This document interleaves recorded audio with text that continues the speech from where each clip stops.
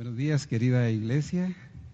Hemos sido muy edificados en esta mañana, hemos escuchado a nuestro pastor, hemos escuchado el ofertorio, que es una bendición, y hemos tenido edificación en poder expresar nuestra adoración a nuestro Dios también. Continuando con la serie que hemos iniciado en relación a que no somos perfectos, el día de hoy pues trataremos un tema relacionado a que tenemos oportunidad de comenzar de nuevo. Este mensaje, esta predicación se llama Nuevos Comienzos. Deseo, hermanos, que el Señor nos hable a través de su santa palabra y nos motive a todos, recordando la gran frase del gran doctor Moody, ¿verdad?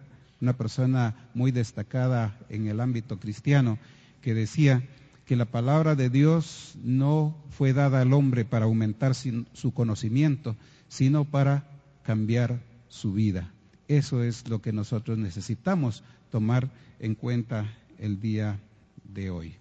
¿Les parece si oramos y pedimos la dirección de Dios en este momento? Oremos. Amado Padre Celestial, agradecemos, Señor, este momento en que abrimos tu santa palabra, sabiendo que después de ello nuestra vida no va a ser igual. Gracias por tu Santo Espíritu, quien la inspiró, y por eso, Señor, te suplicamos la guía de tu Santo Espíritu para poder nosotros ser iluminados, entenderla, asimilarla y discernirla. Gracias te damos, Padre Celestial, oramos en el dulce nombre de Jesucristo, nuestro Salvador. Amén. Una vez, una escena, una de los cuadros de los evangelios se dio, estando el Señor Jesús sentado, y cerca de él tenía a algunos de sus apóstoles. Esto ya fue en el último momento en que estuvo el Señor acá en la tierra, y entonces hizo una pregunta y dijo: Pedro, ¿me amas? Sí, Señor, te amo, dijo Pedro. Apacienta mis corderos, le dijo. Otra vez dijo el Señor Jesús: Pedro, ¿me amas? Sí, Señor, te amo. Apacienta a mis ovejas. Inmediatamente el Señor le dijo: Pedro, ¿me amas? Sin duda, Pedro se echó a llorar, no sé qué sentiría. Pero él le dijo: sí, Señor, tú sabes, tú lo sabes todo.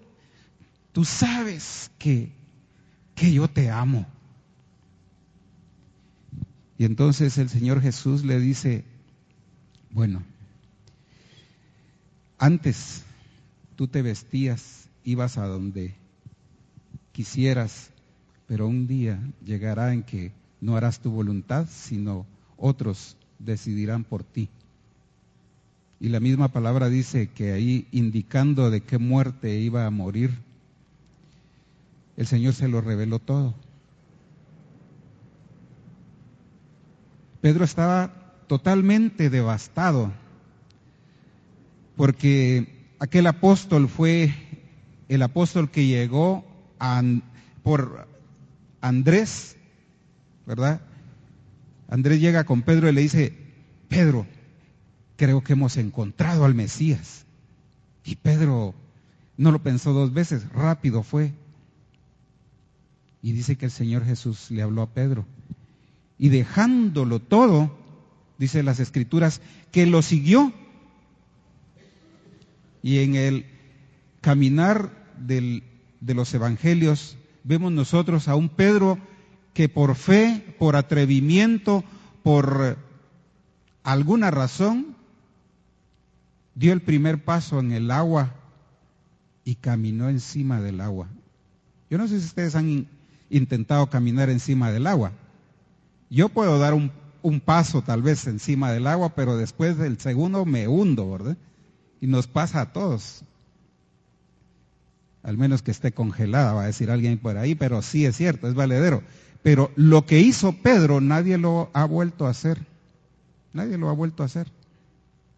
Pedro caminó encima del agua. El apóstol Pedro, luego que el Señor Jesucristo le dice, ¿quién dicen los hombres que soy yo? Le dice Elías, Moisés, alguno de los profetas. ¿Y vosotros quién decís que soy? Y Pedro dijo, tú eres el Cristo, el Hijo del Dios viviente. Recordemos algo, hermanos, el Cristo es el Verbo eterno, no está hablando de aquel bebé que nació en Belén de Judea, sino está hablando del Verbo eterno, el Hijo de Dios, y eso confiesa Pedro, y le dice, tú eres el Cristo, el Hijo del Dios viviente.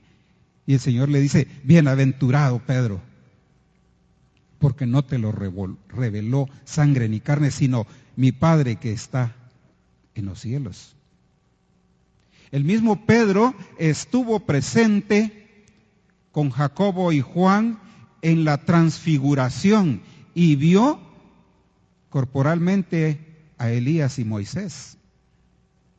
Y fue tanta la emoción que dijo, Señor, vamos a hacer 3 enramadas, una para ti, una para Elías, otra para Moisés. Señor, porque esto es espectacular, esto es algo increíble.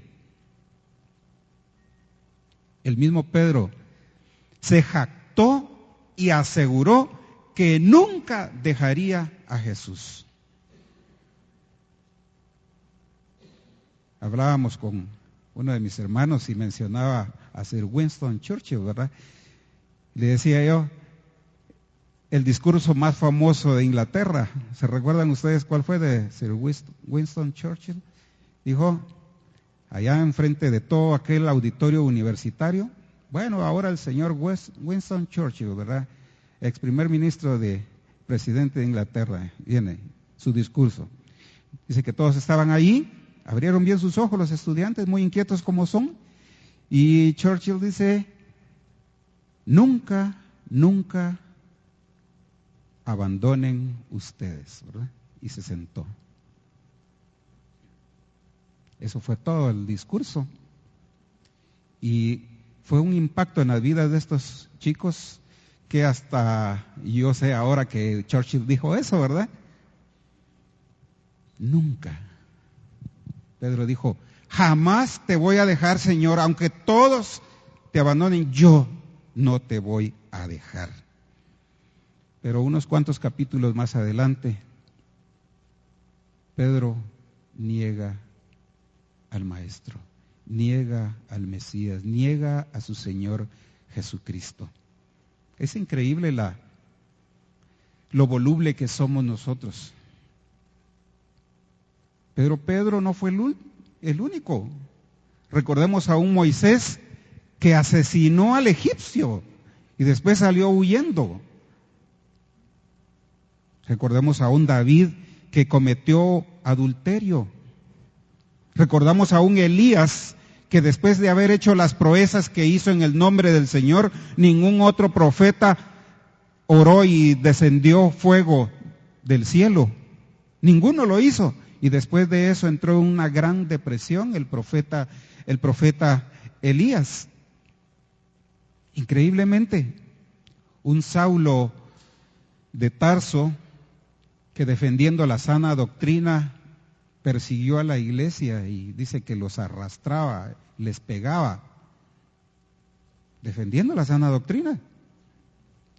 Un Juan Marcos, si ustedes se recuerdan de la historia de Juan Marcos, y lo tristemente célebre que fue ese capítulo donde él se embarca con su tío Bernabé y va con Pablo. Imagínense, ¿cuántos de nosotros no nos gustaría hacer una misión con Pablo y con Bernabé?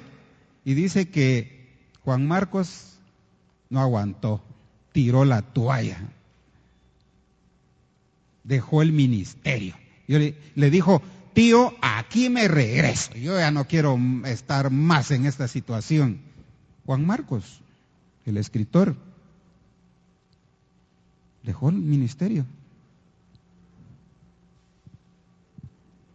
¿Cuántas historias en la Biblia, en la vida real, pueden hablarnos de que tal vez en nuestra vida hay fracaso, tal vez en nuestra vida no todo salió bien, tal vez yo dudé, tal vez me desanimé, tal vez cometí un error o un pecado, o tengo una circunstancia terrible de un pecado reincidente, tal vez tuve falta de fe, o me creo autosuficiente, o simplemente, hermanos, simplemente tal vez no pasa nada significativo en mi vida y así lo miro yo, ¿verdad?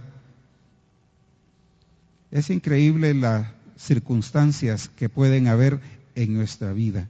Y yo me pregunto, ¿cuál de todo esto se parece más a mi vida? Nuestro pastor nos enseñó que todos estamos en crisis siempre, ¿verdad? Y nos dice, bueno, la crisis está presente en la vida del ser humano, solo que algunos van entrando en crisis, otros van saliendo de la crisis y otros están en medio de la crisis. Pero así somos como humanos. ¿Y cuánta crisis puede haber en nuestra vida? Puede haber de salud, puede haber de trabajo, puede haber una crisis emocional y a veces hasta una crisis existencial, porque así somos, como indicaba, los humanos. Pero realmente, amados, en medio de todo eso, como humanos, nosotros necesitamos cerrar esos ciclos normales de la vida. No sé, yo creo que aquí a algunos les gusta el cine y la televisión. Ya dijimos que no es pecado, ¿verdad? Y que nadie se condenó anteriormente por ir al cine de esa forma, por el simple hecho de hacerlo. Porque entendemos que la salvación es en Cristo. Pero si a alguien le gusta el cine o la televisión, se han fijado que a veces en las series, por ejemplo, dice final de temporada, ¿verdad? Se acabó y ahora qué viene, ¿verdad? O también dice temporada 1, capítulo 5, ¿verdad? Y si nos damos cuenta, al final de cada capítulo, de cada temporada, como que se tiene que cerrar ahí algo, ¿verdad? Y se empieza con nuevas energías la siguiente temporada o el siguiente capítulo. Es muy humano esto, es muy humano. Entonces nosotros tenemos la necesidad de cerrar ese ciclo. El mismo Señor Jesucristo le permitió al apóstol Pedro cerrar ese ciclo y tener un nuevo comienzo. Pedro, ¿me amas? ¿Estás seguro que me amas, Pedro? Pedro, ¿me amas? Y aquel, sí, Señor, te amo. Y seguramente allí Pedro tuvo un nuevo comienzo y dijo, Señor, definitivamente hice las cosas conforme a mi voluntad y no conforme a la tuya. Necesito comenzar de nuevo. Y todos conocemos la historia final de Pedro, ¿verdad? Que no es una historia como de las princesas que se casan y fueron muy felices, ¿verdad? No, Pedro murió crucificado, dice la tradición, y de una forma muy cruel. Pero esa fue la historia del apóstol Pedro. Quiero invitarles en esta mañana a que la palabra del Señor nos hable a través del apóstol Pablo en una de las cartas, la carta a Tito, Tito capítulo 3, versículo del 3 en adelante. Tito 3, recordemos que Tito era discípulo de Pablo, uno de los pastores que estaba allá en Europa, y Pablo escribía esta carta pastoral hacia Tito. Y en el capítulo 3, versículo 3, nos habla acerca de varias cosas. 1, nuestra vida sin Cristo. 2, que necesitamos ser salvos. 3, que necesitamos ser regenerados. Y 4, que tenemos que tener una novedad de vida, una vida totalmente diferente. Vamos entonces por partes y veamos primeramente el versículo de Tito 3:3 y veamos cómo era nuestra vida sin Cristo, la vieja vida. ¿Y qué nos dice la palabra? Dice, porque nosotros también éramos en otro tiempo insensatos, rebeldes, extraviados, esclavos de concupiscencia y deleites diversos, viviendo en malicia y envidia, aborrecibles y aborreciéndonos unos a otros. Como dijera un hermano, qué joyitas, ¿verdad? Qué joyas. En una frase, moralmente incorrectos. Pero tristemente, ¿saben una cosa, hermanos? Muchas veces tienen más chance de arrepentimiento los moralmente incorrectos que la gente que se cree muy moral, muy correcta. El apóstol Pablo, quien escribió estas, recuérdense, él era hebreo de hebreos, de la tribu de Benjamín, circuncidado al 8º día. En cuanto a la ley, doctor, ¿verdad? De la ley, era de los fariseos, que eran los realmente recalcitrantemente ortodoxos. Así era el apóstol Pablo, moralmente correcto. Pero ¿qué nos dice Proverbios 14:12? ¿Recuerdan ese versículo? Bien, a mí me impactó mucho en mi vida. Dice, hay caminos que al hombre le parecen rectos, pero su final es camino de muerte. En mi propia opinión, yo estoy en lo correcto. Sí, Saulo estaba en lo correcto, según su propia opinión, pero el Señor le demostró con amor que no era así. Entonces, dice acá la palabra que realmente nuestra vida sin Cristo, aunque pareciéramos moralmente correctos, estaba encaminado a ser unos insensatos, rebeldes y sin causa, ¿verdad? Rebeldes sin causa, soberbios, totalmente extraviados, esclavos de concupiscencia y de los deleites, llenos de envidia, llenos de cualquier cosa mala, nuestra vida sin el Señor. Pero dijimos, aunque seamos moralmente correctos, no nos exime de la necesidad de un Salvador. Versículo 5. Acá viene algo bien importante, que la salvación no es por nuestro obrar, ¿verdad? No es por nuestro obrar. Dice el versículo, hermanos, versículo 4. Vimos el 3, vamos ahora al 4. Dice, la bondad de Dios es la que nos salva. Pero cuando se manifestó la bondad de Dios, nuestro Salvador, y su amor para con los hombres, nos salvó. La salvación entendemos que es un regalo de Dios, es una bondad de Dios, es un acto de Dios. Y hace un momento tomé la hoja de este precioso canto que cantamos, que dice, qué maravilla es. Miren, hermanos, cuando yo reflexiono de que soy hijo de Dios, ¡wow! ¿Y cómo puede ser eso, verdad? ¿Cómo habiendo tanta gente se fijó en mí? De veras que soy afortunado. Ni la eternidad me va a alcanzar para darle gracias a Dios. No saben, hermanos, qué afortunados somos de veras. Dice este canto que nuestros hermanos, yo siempre les digo, gracias por la música, porque de veras nos edifica, nos impacta, nos bendice y nos reta.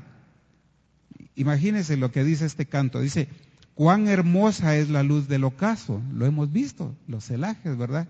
Mayormente si andamos por el occidente y vemos los celajes tacanecos, ¿verdad? Y precioso es el amanecer, es lindo, pero más glorioso es el gran amor que el Señor derramó en mi ser. Y dice el coro, qué maravilla es que el Señor me ama a mí. Qué maravilla es que el Señor me ama a mí. Yo les preguntaba a los niños, ¿verdad? ¿En qué pensaba Jesucristo? ¿En qué estaba pensando cuando estaba ahí en Getsemaní derramando las lágrimas que dicen que eran como sudor y sangre? Un sufrimiento terrible el del Señor Jesucristo. ¿En qué pensaba? ¿Qué oraba? ¿En qué pensaba cuando estaba ahí en la cruz del Calvario colgado? Ya casi listo para decir, consumado es. ¿Saben qué pensaba? Pensaba en usted y pensaba en mí. Ahí estaba yo, en el corazón y en la mente de nuestro Señor Jesucristo. Mucho tiempo antes de que pasara, pero por eso yo estoy acá ahora. ¿No somos afortunados? Claro que sí. Entonces este versículo de Tito 3:4 nos habla de que la bondad de Dios es la que nos salva. Versículo 5. La salvación no es por nuestro obrar. Dice, nos salvó no por obras de justicia que nosotros hubiéramos hecho, sino por su misericordia, por el lavamiento de la regeneración y por la renovación del Espíritu Santo. ¿Recuerda usted lo que dice Romanos 6:23? Porque la paga del pecado es muerte, mas la misericordia, mas la dádiva de Dios es vida eterna en Cristo Jesús, Señor nuestro. Hermanos, no somos perfectos. No somos perfectos, por eso necesitamos de la misericordia de Dios. Me compartió otro hermano que en la iglesia decía que ahí, un eslogan, ¿verdad? En una iglesia que asistió, que nadie es perfecto y que no querían a ninguno que fuera perfecto ahí en la iglesia, ¿verdad? No somos perfectos, hermanos. Tampoco el cristianismo, la iglesia y la gracia es una licencia para pecar. Porque no confundamos esto, porque hay congregaciones hoy día que hasta predican eso. No somos perfectos, pero nos salvó por su misericordia. Y vean ustedes esto que habla de la regeneración. Repitiendo, nos salvó no por obras de justicia que nosotros hubiéramos hecho, sino por su misericordia, por el lavamiento de la regeneración. ¿A qué se refiere esto? El lavamiento de la regeneración. Esto es un suceso y ahorita lo vamos a explicar de una forma clara. Me encanta, uno de los pasajes favoritos míos es San Juan capítulo 3. De veras, me encantaría, si algún día estudio teología, tal vez hacer un doctorado en ese capítulo. Fantástico ese capítulo, enriquecedor. Ahí está la historia de Jesús y Nicodemo. ¿Se recuerdan de esa historia?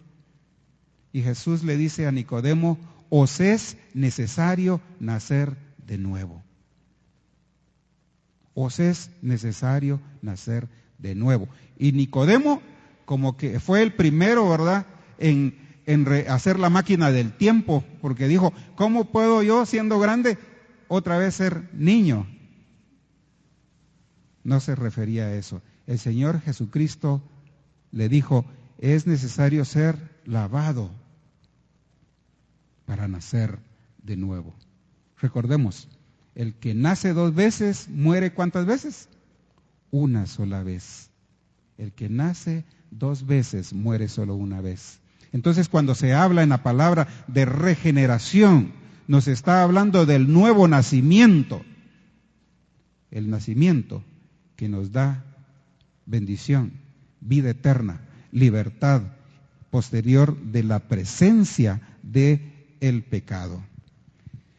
Pero también acá hay una frase al final de este capítulo que dice, y por la renovación en el Espíritu Santo. ¿Lo leen así en su versión?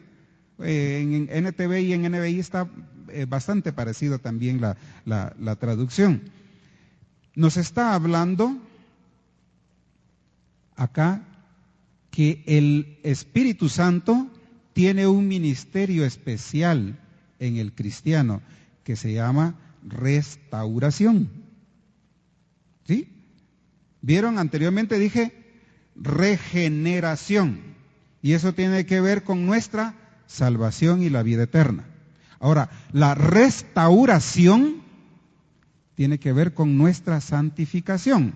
Dije anteriormente que la regeneración era un suceso, ¿sí?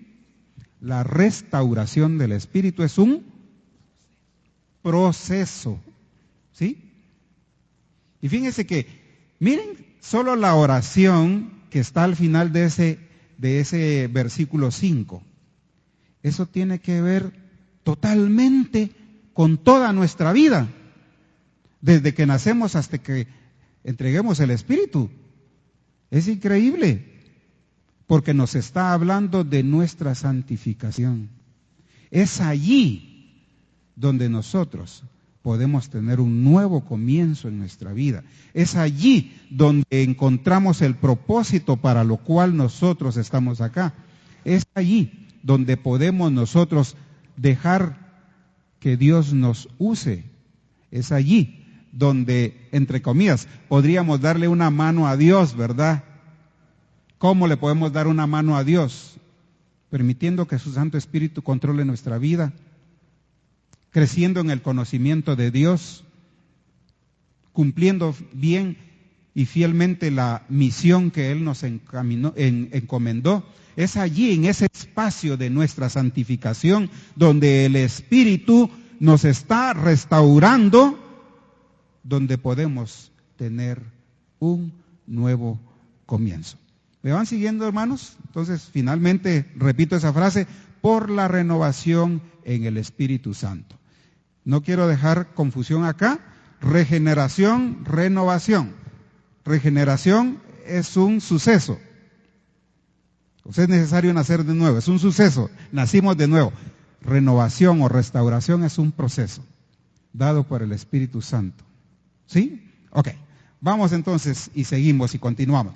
Número 6, versículo número 6 dice, hablando del Espíritu Santo que está en nosotros, dice, el cual Dios derramó en nosotros, ¿verdad? Abundantemente por Jesucristo nuestro Salvador.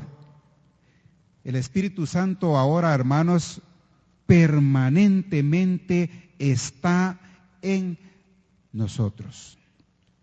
Él se encarga de ese proceso total. Pero fíjense que sin Jesucristo en el escenario no podría ser posible, porque dice que Jesucristo se fue y entonces el Espíritu vino a cumplir esa obra y ministerio en cada uno de nosotros. Y por eso también expresamos que hoy día el Espíritu Santo está en la iglesia y es el momento del Espíritu Santo. Si ustedes se recuerdan el Antiguo Testamento, allí figura y el protagonista es Dios. Dice que Dios sacó a Israel, su pueblo, de Egipto. Dios hizo un pacto con Abraham. Dios llamó a los jueces. Cuando nosotros pasamos el período intertestamentario y vienen los evangelios, ¿de quién se habla en los evangelios? De la persona de nuestro Señor Jesucristo. Se habla del Hijo. Cuando el Señor Jesucristo se va al cielo, la iglesia comienza la obra y ministerio del Espíritu Santo, que dice que todo aquel que anda en el Espíritu, ¿de quién va a hablar? de Jesucristo. Entonces nosotros como iglesia, hermanos, estamos comisionados a hablar el evangelio de Jesucristo, pero recuérdense lo que dice Hechos 1:8, recibiréis poder cuando haya venido sobre vosotros el Espíritu y me seréis testigos. Entonces estamos ahora en la era, ya no del Padre, ya no del Hijo, sino ahora en la era del Espíritu Santo. Ahora no me vayan a malinterpretar, por favor, tenemos que ver la Biblia como una totalidad. Por supuesto, la Santa Trinidad definitivamente está desde el Génesis hasta el último versículo del Apocalipsis, pero es importante entender eso. Entonces el Espíritu Santo, hermanos, es el que se encarga en mí de iniciar esa obra hasta terminarla. El Espíritu es el que permitió que Pedro, de usar una espada, ahora use la espada del Espíritu, ¿verdad? Que es la palabra. De querer agredir, decirle a todos, miren, no, finalmente sed todos de un mismo sentir, dice 1 Pedro, amándoos fraternalmente, siendo compasivos. No devuelvan, mis hermanos, a nadie mal por mal, ni maldición por maldición. No sé cuántos años le llevó a Pedro y al Espíritu Santo a hacer esa labor de regeneración, de restauración en el apóstol Pedro. Es difícil para el ser humano, pero en Dios es muy posible. Avanzamos, hermanos.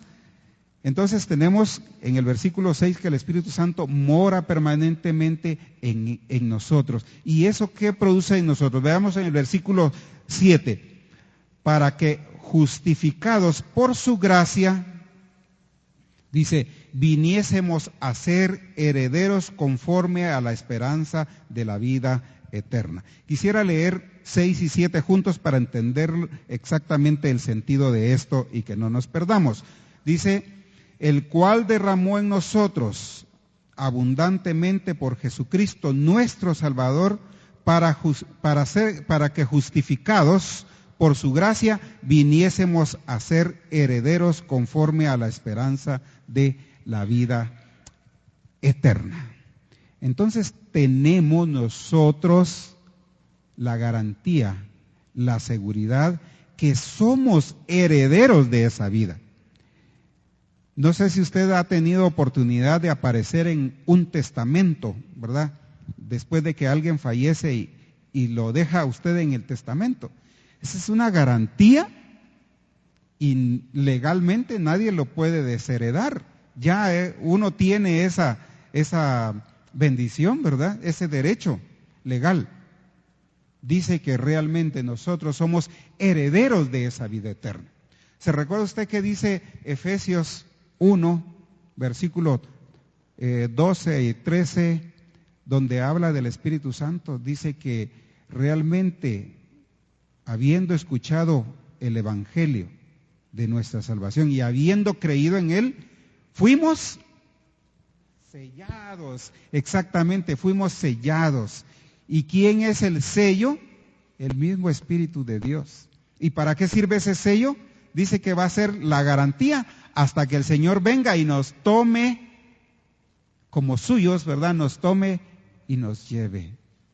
Si yo ya tengo esa garantía, hermanos, si yo ya tengo la certeza del Espíritu de que tengo vida eterna, entonces, ¿cómo debe ser mi vida acá?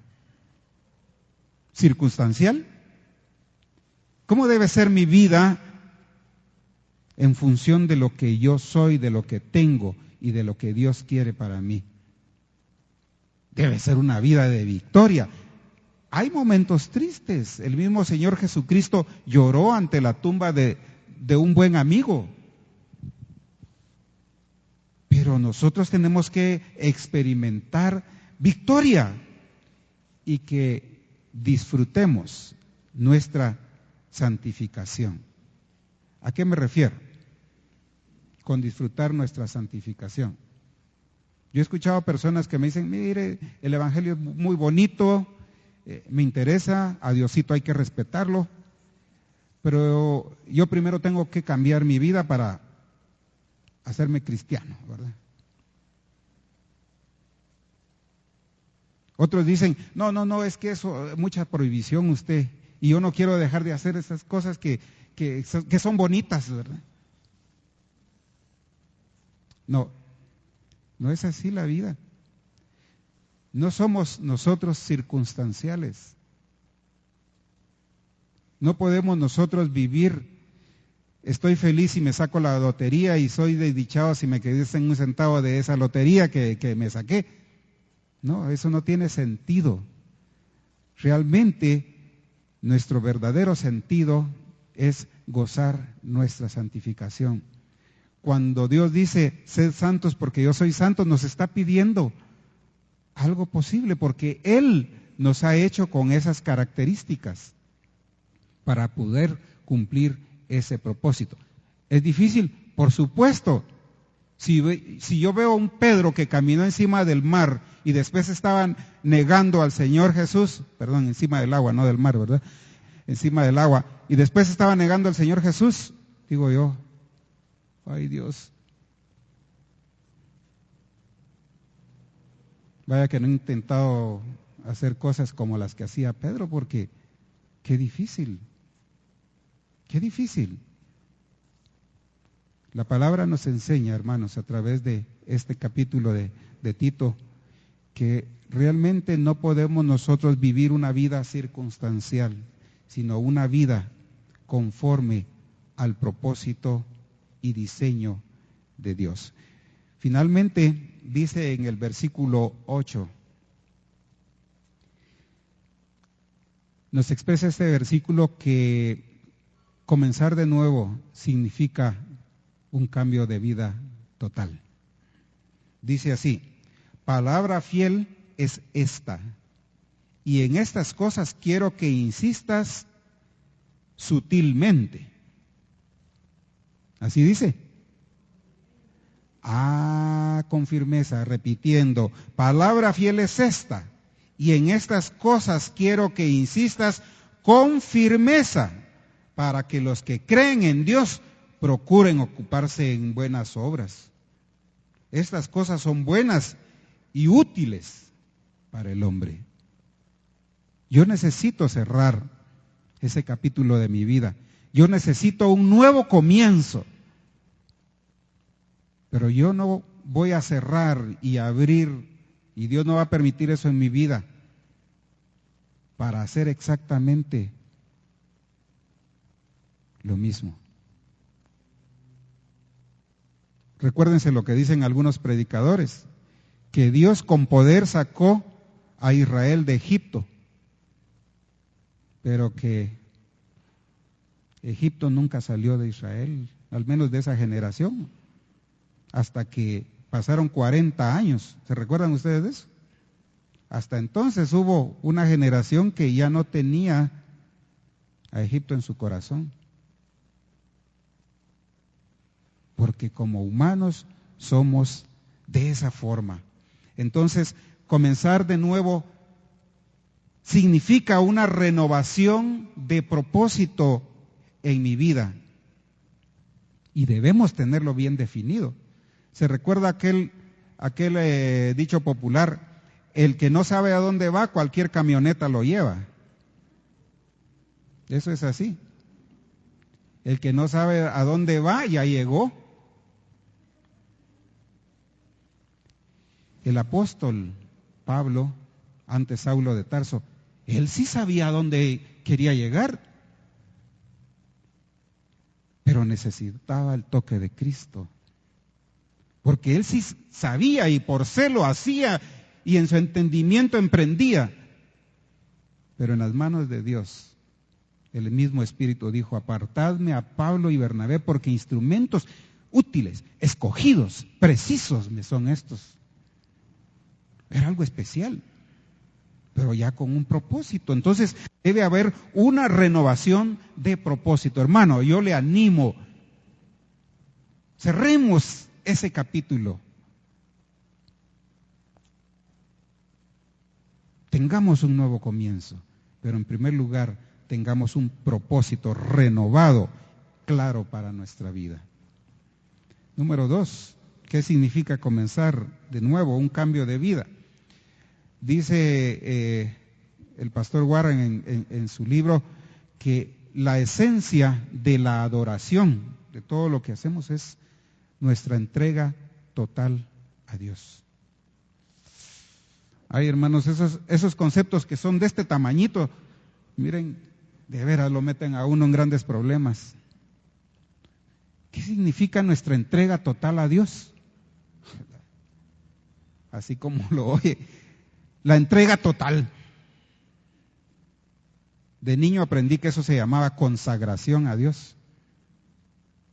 Y yo siempre relaciono esto como el trabajo que hacía el sumo sacerdote cuando entraba al lugar santísimo una vez al año y que le tenían que amarrar una pita en la pierna y ponerle otra campanita en la otra. ¿Se recuerdan por qué? Porque si no era acepto delante de Dios, moría. Y había que sacarlo jalado, ¿verdad? Así debiéramos nosotros de temblar delante de la presencia de Dios. Vivir una santidad delante de la presencia de Dios. Pero esas cosas son las que más nos cuesta. Es bien difícil. Sin embargo, Dios nos llama, Dios nos reta, Dios nos capacita. Entonces, una vida con un nuevo comienzo es una vida consagrada a Dios. Finalmente, necesitamos de una evaluación constante de nuestra vida. Porque si nosotros no vemos el mapa, si no vemos la brújula, no sabemos cómo estamos. Cuando yo me siento un poquito mal, mi esposa lo primero que hace es, abre la boca, me dice, y me pone el termómetro. Muy sabia. Y ¿sabe qué? Tengo un par de décimas, ¿verdad? Y ya eso me pone así como que estoy viendo raro y hablando cosas. Así somos. Necesitamos nosotros saber si estamos bien, si vamos en el rumbo correcto, si estoy nuevamente como mi carro desalineado hacia la izquierda, ¿verdad? O si estoy realmente alineado conforme a lo que Dios quiere. Porque haciendo bien creemos nosotros que ahí estuvo todo. Es mejor entrar en la voluntad de Dios a sentirme yo contento de estar haciendo algo conforme a mi propio entendimiento. Nuevamente, Saulo de Tarso creía eso, pero Dios dijo, no, Saulo, no. Y no es que yo sea un disoluto, o sea, yo un moral empedernido, los dos extremos. No se trata de eso la vida. El mismo Pablo cuenta su caso. Y él era moralmente correcto, era intachable. Y le pedía al Señor, Señor, quita este aguijón de mí. La Biblia no dice qué es.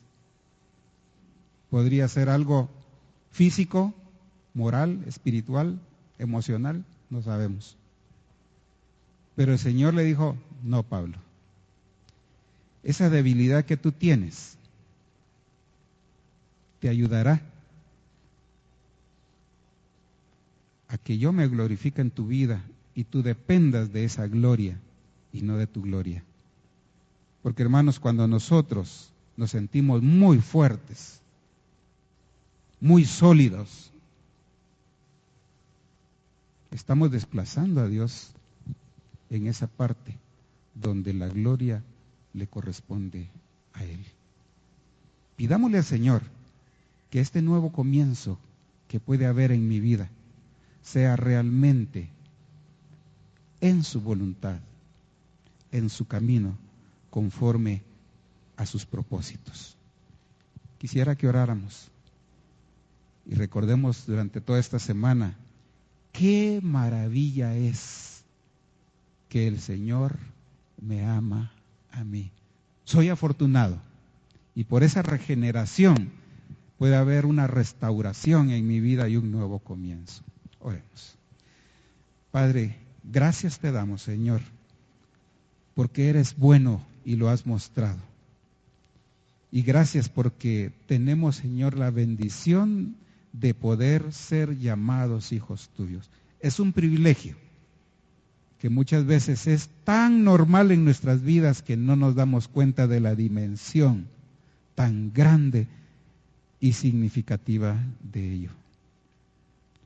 Señor, somos débiles y te suplicamos, no importando, Señor, si fracasamos, si fuimos rebeldes, si cometimos un error, si no ha pasado nada en nuestra vida significativo, no importando qué, Padre Celestial, que confiemos en que la obra de Jesucristo es suficiente para podernos dar un nuevo comienzo con un nuevo propósito en ti. Gracias, en el dulce nombre de Jesús oramos. Amén.